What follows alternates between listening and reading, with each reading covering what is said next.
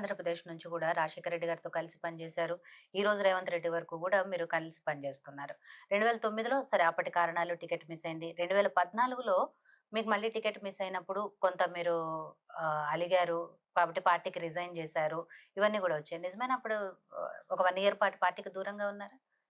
నేను ఎన్నడూ కూడా 1 ఇయర్‌కు కానీ ఎప్పుడు ఒక్క రోజు కూడా దూరం లేను. అలిగి ఉండొచ్చు కానీ, బాధపడ్డప్పుడు 2 రోజులు నేను ఇప్పుడు బయటోళ్ళు అడిగేది వదిలిపెట్టి ఇంటోళ్ళు కూడా అడుగుతుంటారు కదా! ఇన్ని రోజులు చేసినందుకు ఏది నాది ఇక్కడ అని చెప్పి కొద్దిగా ఉంటారు కాబట్టి కొద్దిగా ఏమైనా అలుగుతే 1, 2 రోజులు అలిగి ఉండొచ్చు అంతే తప్ప 2004లో ఇవ్వలే నాకు. హ్మ్.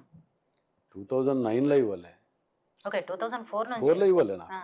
4లో కూడా ఇవ్వలే. సత్యనారాయణ రెడ్డి గారికి ఇచ్చారు అప్పుడు. ఓకే. అప్పుడు 2009లో ఇవ్వలేదు. ఇవ్వలే. 14లో ఎప్పుడు రాలేదు. ఇవ్వలే. 18లో రాలేదు. మొన్నొచ్చింది అంతే తప్ప మొన్నొచ్చింది. ఎప్పుడు రాలే. హ్మ్. కానీ మొన్నొచ్చింది ఎట్లా అంటే ఐ మీన్ ఫస్ట్ టైమ్ వచ్చింది గెలిచారు. సో, ఆ ఫీలింగ్ ఎలా ఉంది? ఎలా అనిపిస్తుంది?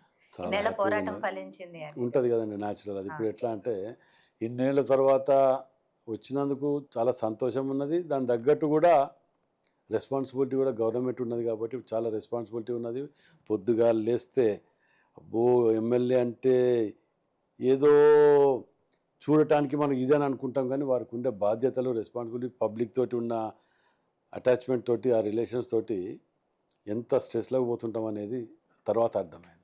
రాత్రి 11, 12 అయితది. పొద్దుగాల 6 గంటలకే లేవాలే. వచ్చి ఇంటికాడ 7:30కే కూర్చుంటారు విజిటర్స్. వాటన్నిటితోటి ఉంటూనే ఉంటే దానికి తగ్గట్టు కూడా సరే ఒకటైతే ఇప్పటికి నాకు అర్థం కానిది ఏందంటే, వచ్చినందుకు సంతోషపడి ఇది కావాలనా?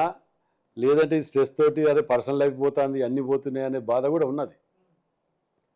వచ్చినందుకు సంతోషం చాలా ఇన్నేళ్ళలో పడ్డందుకు కష్టం. కానీ అది ఇగ ఎనీవే మొత్తానికైతే I am very happy with